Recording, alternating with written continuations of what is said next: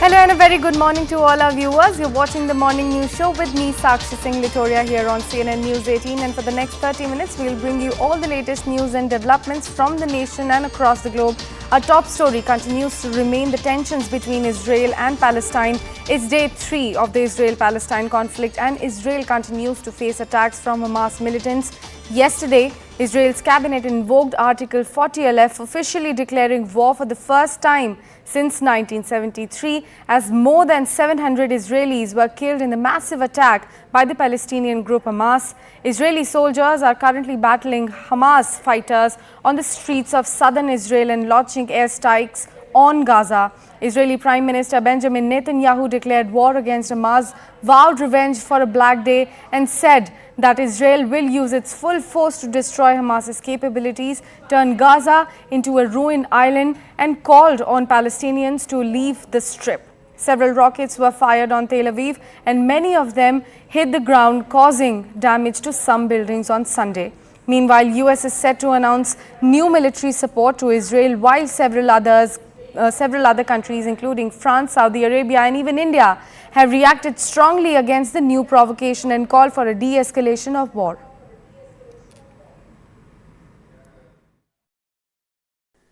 את כל המקומות שהחמאס נערך בהם, של עיר הרשע הזאת, כל המקומות שהחמאס מסתתר בהם, פועל מתוכם, נהפוך אותם לאיי חורבות. אני אומר לתושבי עזה, צאו משם עכשיו, כי אנחנו נפעל בכל מקום ובכל העוצמה. בשעה זו מתארים כוחות צה"ל את אחרוני היישובים ממחבלים.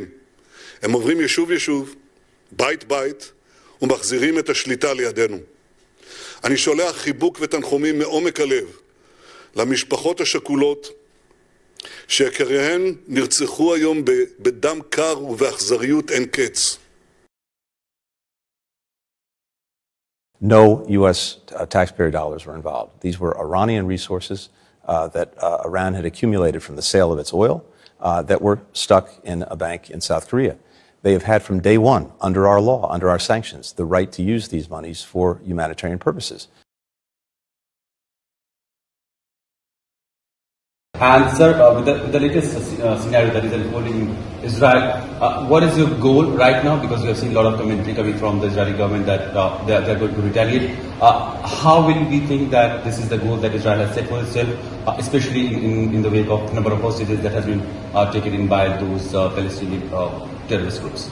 After this unprovoked attack on Israel, dual attack I should say, with thousands of rockets and by Hamas terror organization, and infiltration of hundreds of terrorists into Jewish communities and killing there many children, women, and elderly, and kidnapping others, Israel regained control again of the area, of the communities. And our aim now is to make sure that Hamas will not have the capacity in the future to re-execute the same attacks of this kind of things. We will make sure that their leadership is not there, that their leadership is unable to do that, and that they will get a big blow that will teach them a lesson that I hope will prevent such attempts to attack Israel in the future. We were very much moved by the Indian support and starting with Prime Minister Modi ji, going to ministers, to senior businessmen, social media, all showing great support towards Israel.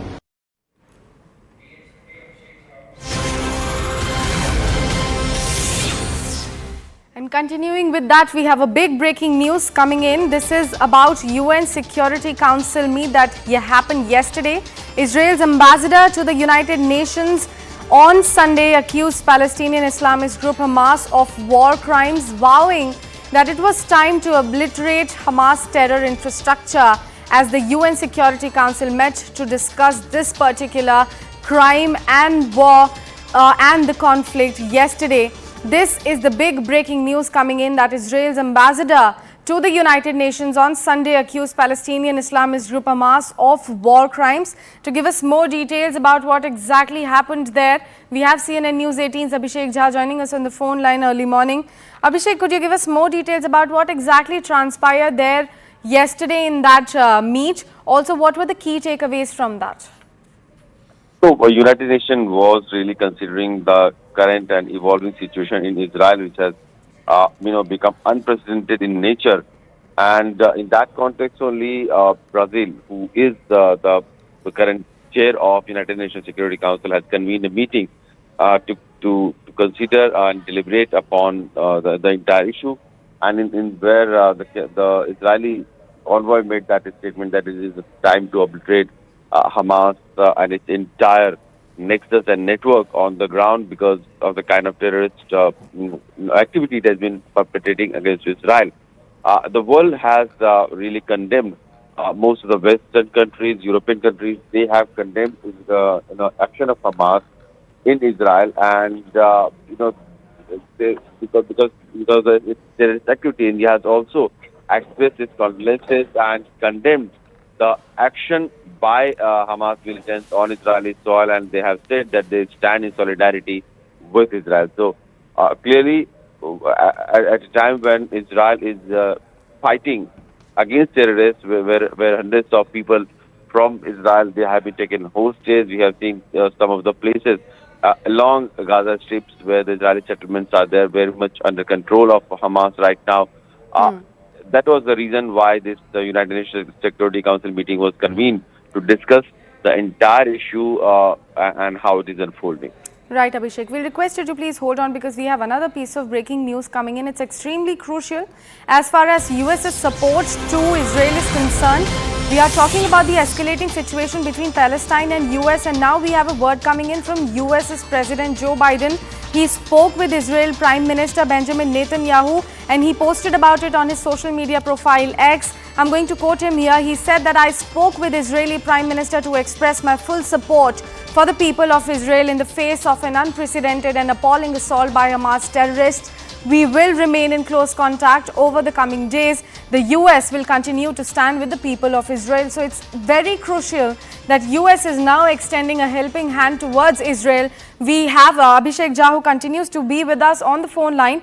Abhishek, at this point of time, when it's already day 3rd of Palestinian attack on Israel, why US's helping hand is so crucial for Israel?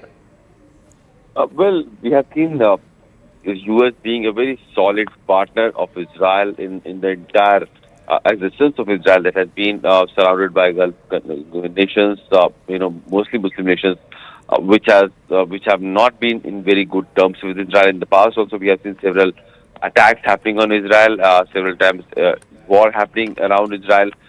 U.S. has been very steadfast in its commitment for Israel. And it has said that Israel has the right to defend itself. And the current context when Israel is actually needing a lot of support from the international community to drive away all those terrorists who have been, who have taken over certain settlements along Gaza strips in Israel. U.S. President is regularly in touch with the Israeli Prime Minister. They have committed more aid, more defense equipment to Israel to fight against the imminent danger that is very much in their home, and all the talks that are happening is in that direction only, where USA could give more assistance, more aid, and more support to Israel to defend itself against this Hamas militant action. Right, Abhishek. We'll request you to please hold on because we have another breaking news coming in. This is about Justin Trudeau in talks with UAE President.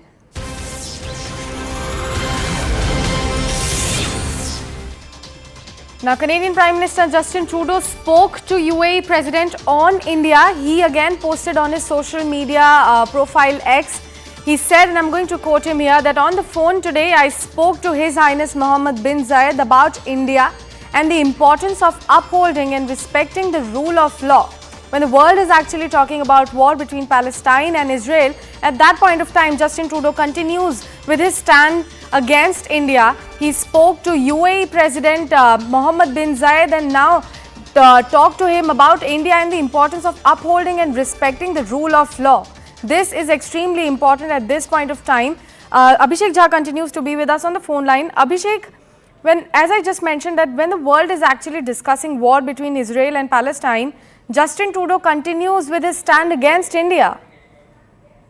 Well, we have seen Prime Minister Trudeau engaging with a lot of countries, including Israeli Prime Minister. He has also talked with the UAE Sheikh, Mohammed bin Zayed Al Nahyan, and he has also talked with Jordan King Abdullah II. And this is all happening in the wake of current crisis that is looming in Israel ever since this Palestinian or the Hamas action has started against Israel. And in that context, when he was raising the multiple issues, he also talked about the issue of India in a way. And, we have seen India's stand on the entire issue of Hardeep's signature that he was a terrorist, he was a dreaded terrorist, he was a supporter of annexation of India, he was involved in organized crimes. In Punjab, there was a lookout notice against him, there was a reward against him by NIA. And in that context, the person has to be condemned first, but that is something that the Canadian side has been avoiding all along, and we have seen Canada saying that not mentioning his background, not mentioning in what kind of activities he was involved in, and mentioning that he was just a Canadian citizen and he was killed. Nevertheless, there is an investigation going on in Canada. India has also expressed its support in anything or any evidence that is provided to India, and then India will look into it on the allegation that the Trudeau government has leveled against Indian side or Indian agencies' alleged role in the killing of Hardeep Singh. So that is still awaited by the Indian side. The evidences are still awaited by the Indian side. Meanwhile, we have seen the diplomatic row taking a toll on the bilateral relationship on multiple dimensions.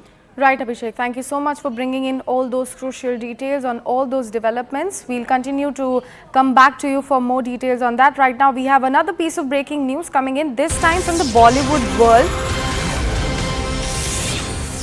Now, this is about King Khan. Shah Rukh Khan has been provided with Y+ security. Shah Rukh Khan will get 6 police commandos with him at all times as his bodyguards. The police armed bodyguards will be from a trained VIP security unit, which is a special protection unit of Maharashtra Police. The security will be given to him all across India, and they will be armed with MP5 machine guns, AK-47 assault rifles and Glock pistols. We have CNN News 18's Yesha Kotak joining me early this morning. Yesha, very good morning to you.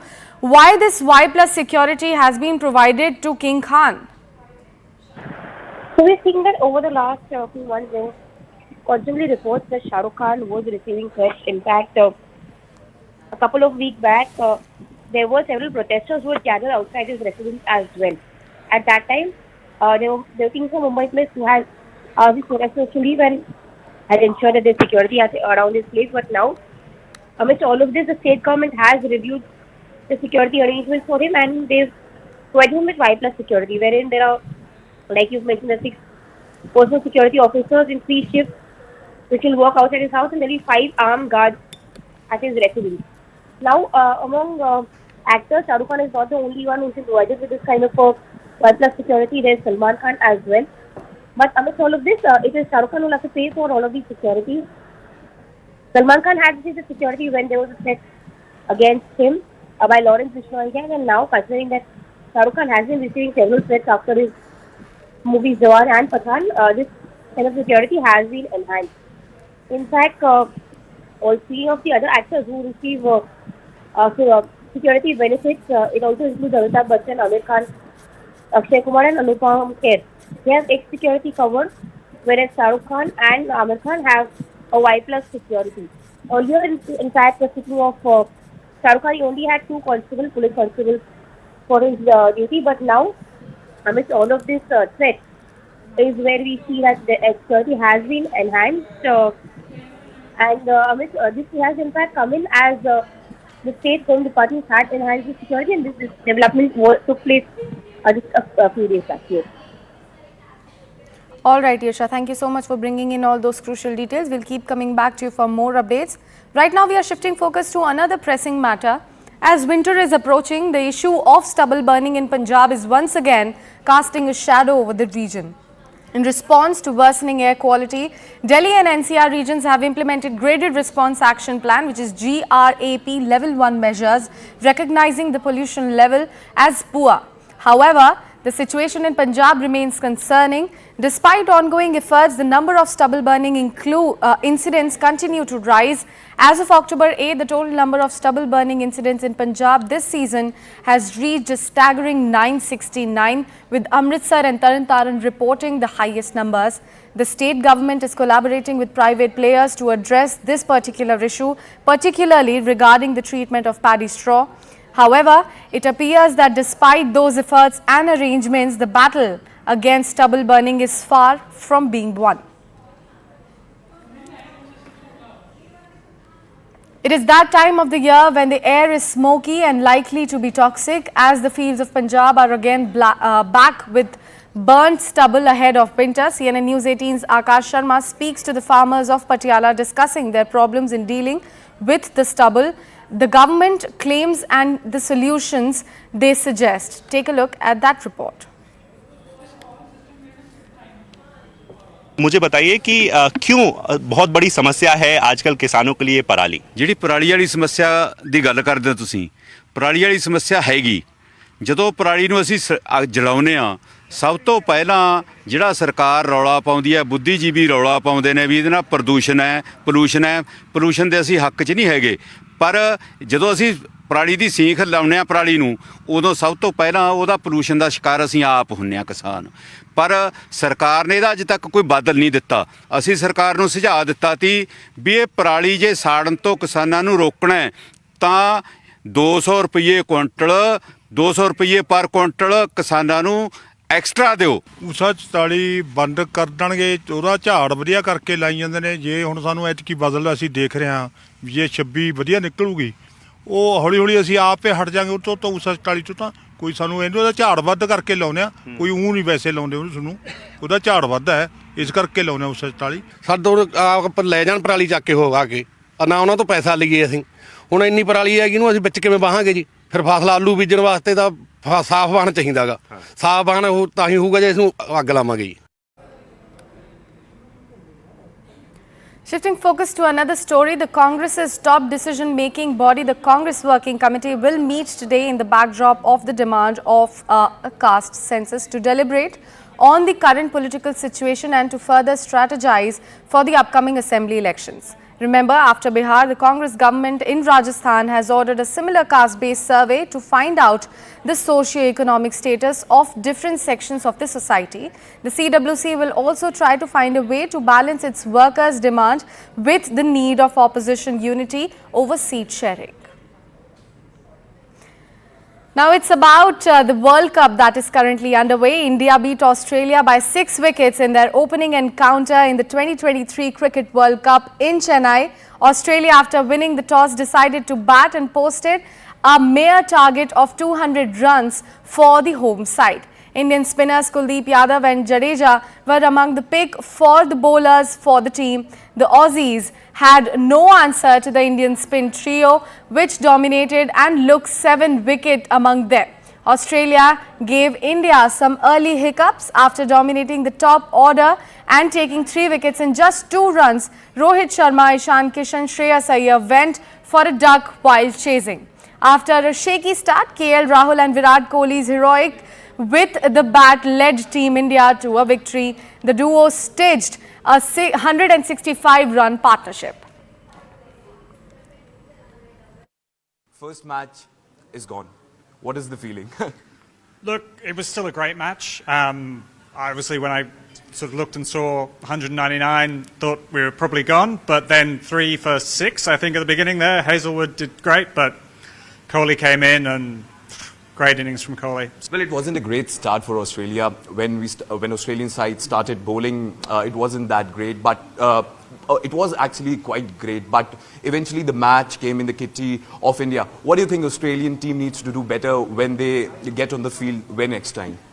Well, I think what we saw today was how effective India was with 3 spin bowlers in the lineup, and how Australia was quite exposed, I think. And yeah, I mean, Jadeja, I think I can't remember how many wickets he took in the end, but he killed it. And I think for Australia, we play South Africa next, I think, and then Lucknow. And I think that's going to be a real test. As we saw, 3 South Africans last night made centuries. and then India obviously plays Pakistan in Ahmedabad. So I think for India, I mean, the next test is the next match is the big test for them. With that, it's time to slip into a very short commercial break. Stay with CNN News 18 for more such stories and developments right on the other side.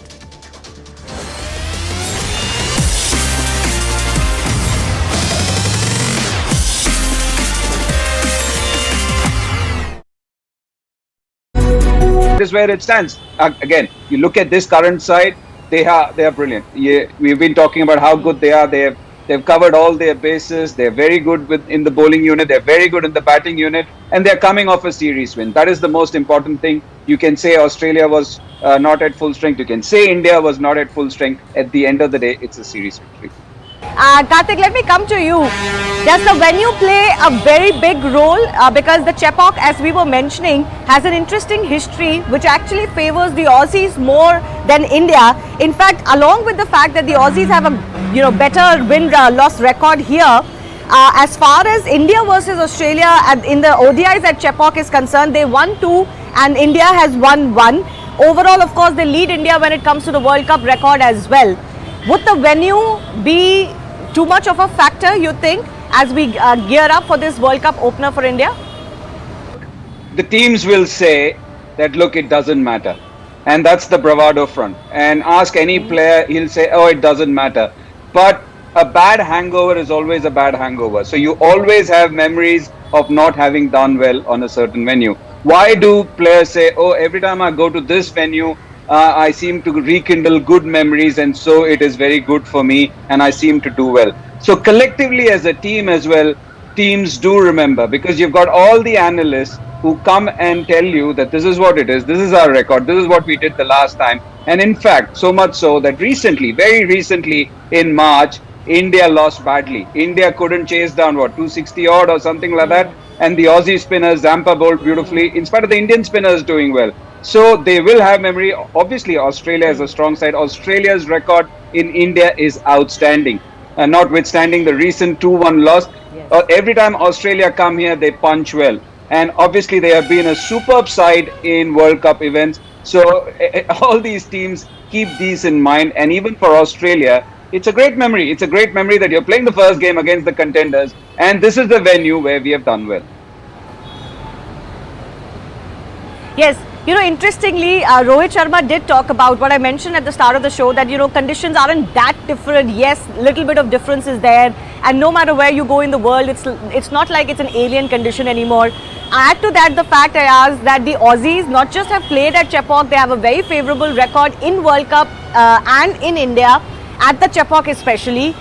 They also play in India a lot. So it's not just about the Chepauk. Anywhere else too, that whole... that whole element of surprise or not knowing the conditions or having alien conditions is out of the window now, because these players play in India so much during the IPL and otherwise. And Rohit Sharma also mentioned that the Aussies were smart in their strategy and in their planning, as they always are. They had 2 one-day series in India in the run-up to the one-day World Cup in India.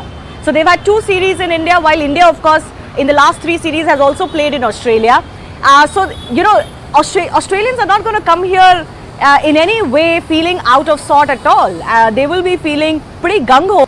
Shivani, actually they'll feel at home, because they, so many of them play in the IPL, as you know. Yeah. And in the past few years, they've come so often.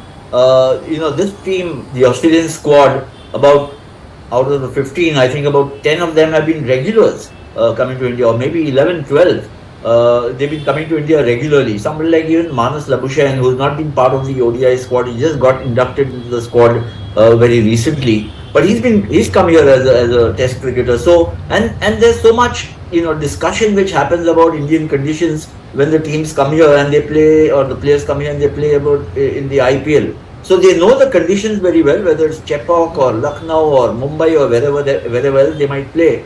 And they also know the Indian opposition extremely well. And this is where I think it gets...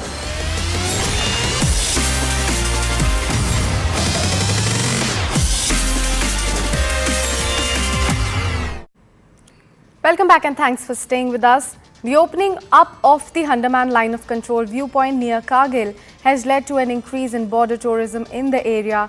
The Hunderman viewpoint was captured by the Indian Army after the Indo-Pakistan War of 1971.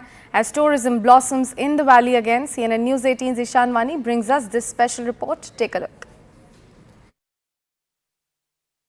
We're in a high altitude area, an area called Hunderman, and this area is at the border and winds are blowing really fast. And what is interesting is the view behind me. It is the view of Gilgit-Baltistan, which is under Pakistan right now.